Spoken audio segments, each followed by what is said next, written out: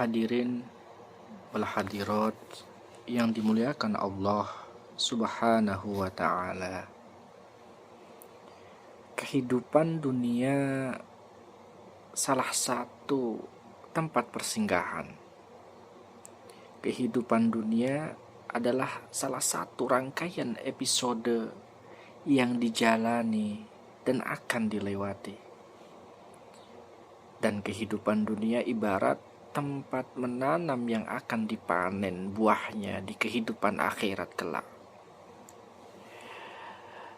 Bila menanam amal baik, maka buah yang akan dipanen pun akan baik pula. Begitu sebaliknya, jika amal buruk yang kita semai, maka buah keburukan yang akan kita dapatkan. Maka ada satu kalimat yang mengatakan may yazra' yahsud, siapa menanam pasti akan memanennya, akan mengetamnya. Wa in kana khairan fa khairun wa in kana syarrun fa syarrun, siapa yang berbuat kebaikan maka akan mendapatkan kebaikan. Siapa yang berbuat keburukan pun juga akan mendapatkan keburukan. Hadirin yang dimuliakan Allah Subhanahu wa ta'ala.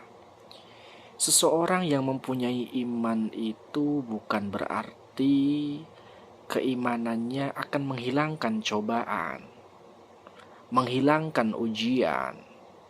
Tetapi dengan iman kita akan kuat menghadapi cobaan. Dengan iman dan ketakwaan kita akan selamat menghadapi musibah.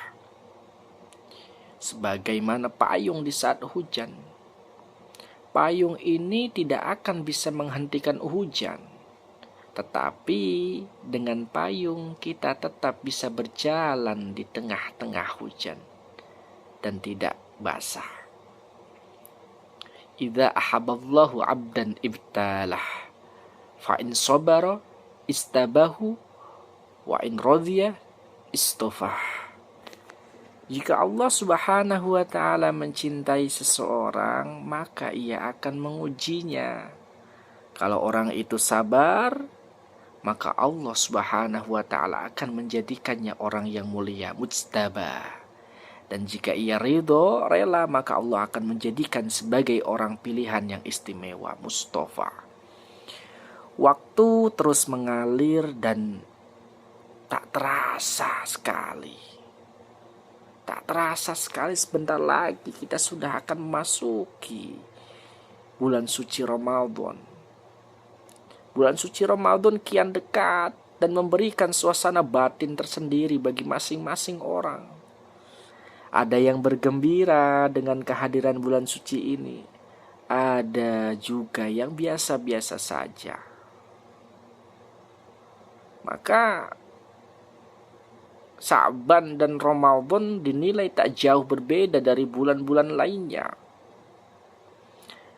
Itu bagi orang yang biasa-biasa saja dalam menyambut kedatangan bulan suci Ramadan, menganggap bulan Ramadan itu sama saja dengan bulan-bulan yang lainnya. Sikap kedua ini tentu bermasalah karena menjadi indikasi tentang tidak sensitifnya hati kita kepada kemuliaan-kemuliaan waktu, khusus yang tertuang dalam ajaran Islam. Umumnya suasana biasa saja itu bukan karena sikap ingkar, melainkan karena terlalu padatnya kehidupan seseorang dengan aktivitas duniawinya, sehingga menganggap perjalanan bulan Rajab, Sya'ban, dan kemudian Ramadan tak ubahnya rutinitas belaka. Islam tidak menganjurkan demikian. Al-Imam Al-Ghazali dalam kitab Ihya Ulumuddin menyebut adanya hari-hari utama, al-ayyam al-fadilah, hari-hari utama. Ini dapat ditemukan pada tiap tahun, tiap bulan, dan tiap minggu terkait siklus bulanan. Al-Imam Al-Ghazali memasukkan bulan Sya'ban ke dalam kategori bulan-bulan utama Al-Ashhur Al-Fadilah di samping Rajab, Dzulhijjah dan Muharram. Ada hal yang istimewa dalam bulan Sya'ban. Ia menjadi jembatan menuju bulan yang paling diagung-agungkan. Itulah sebabnya mengapa bulan ini dikatakan Sya'ban. Sya'ban yang berasal dari kata Sya'ab bisa dimaknai sebagai jalan setapak menuju puncak. Artinya apa? Bulan Sya'ban adalah bulan persiapan yang disediakan oleh Allah untuk hamba-hambanya dalam menapaki, memantapkan diri sebagai persiapan menyongsong bulan puncak bernama Ramadan. Ibu-ibu, bapak-bapak yang dimuliakan Allah Subhanahu wa Ta'ala. Lantas apa yang mesti dipersiapkan?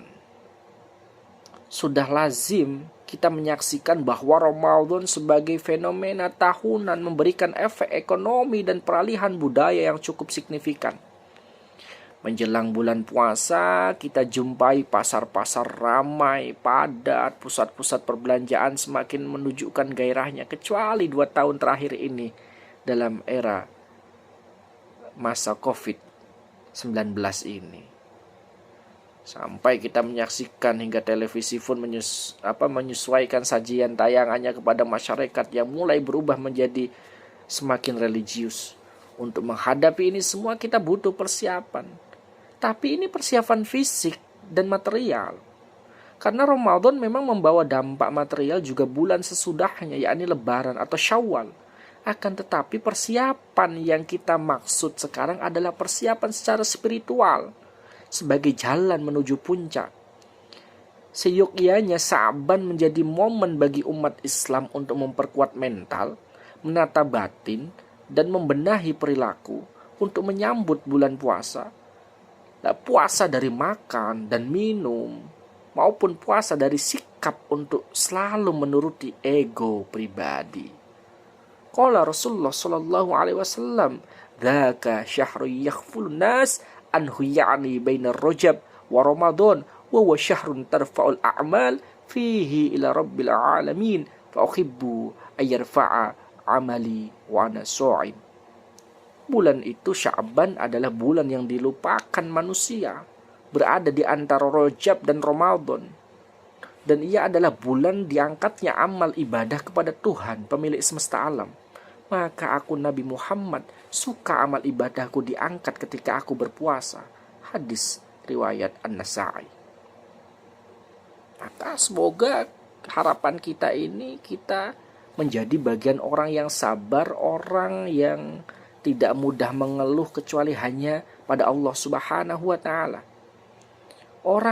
Orang yang selalu bermuka riang, bergembira, bersukacita, dan orang yang tidak mudah putus asa, karena sabar adalah separuh dari iman.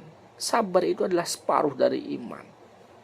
Oleh karena itu, meski masih dalam situasi pandemi COVID-19, di antara ujian-ujian musibah dari Allah yang diberikan kepada bangsa Indonesia, kita harus tetap bersyukur karena nikmat Allah Subhanahu wa Ta'ala jauh lebih banyak, lebih besar dibanding musibah-musibah yang kita rasakan. Di antara nikmat yang paling besar adalah kita masih diberi nikmat iman dan Islam. Innad dina isrun wa la yushaddad din ahadun ila ghalabah. Sungguhnya agama Islam mudah. Tidak ada seorang pun yang hendak menyusahkan agama Islam kecuali ia akan kalah. Maka yuk kita terus pupuk semangat dalam kita mengarungi kehidupan ini, dalam kita untuk menggapai ridho Allah Subhanahu wa Ta'ala. Kita jadikan setiap apa yang kita jumpai, setiap apa yang kita temukan menjadi tanbih, peringatan, menjadi pelajaran untuk kita agar kedepannya kita jauh lebih baik lagi menata hati, menata diri, memantapkan diri dan bersujud kepada Allah Subhanahu wa Ta'ala dengan mantap, sehingga apa-apa yang kita lakukan semua atas ridho Allah Subhanahu wa Ta'ala dan tujuannya hanya kepada Allah Subhanahu wa Ta'ala. Wallahul muwaffiq ila aqwamit thoriq. Assalamualaikum warahmatullahi wabarakatuh.